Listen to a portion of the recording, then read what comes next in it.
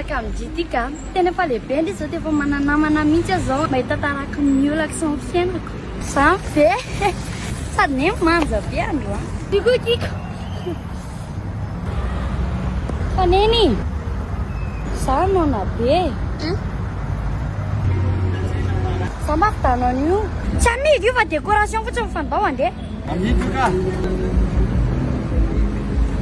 Inona zany io e? Hotdog le amidina eto a basina lelo izy. Fantasitilo rivazany. Mampiavaka anazy a sosisy po. Ay tsy mety aminay zany raha misefa zay ny mihinako soa e. Megna zany fa zay ary mihinana akoho. Anaovy ray ary aloha e. Ty zazy ty koa efa nitotofana vary tany an-trano amin'izay hoe tsy moa mbola nonanona e. Ataovy ny tiako voany ty fisia. Boaka aloha. Ataovy ny fanakaiky aloha dia amin'izay tafaizany lava zafady. Ty.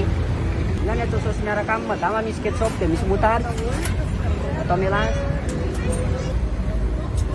Betsaka sia. Ty ary aloha e. Merci neny. Andrama kely aloha e.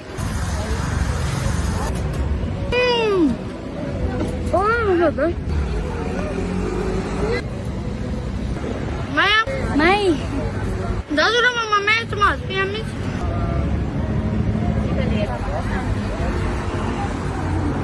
Ty amin'izany andry e. Izy kosa veo amin'ny dia io fotsiny samiana. Tsy mahay mankatsitraka. Tsy vitanako trony amin'ny manaraka. Dia mbola hohanina ny aho ny farany. Vitaniko vaovao ary zany amin'ny tsy janona zany fa lah.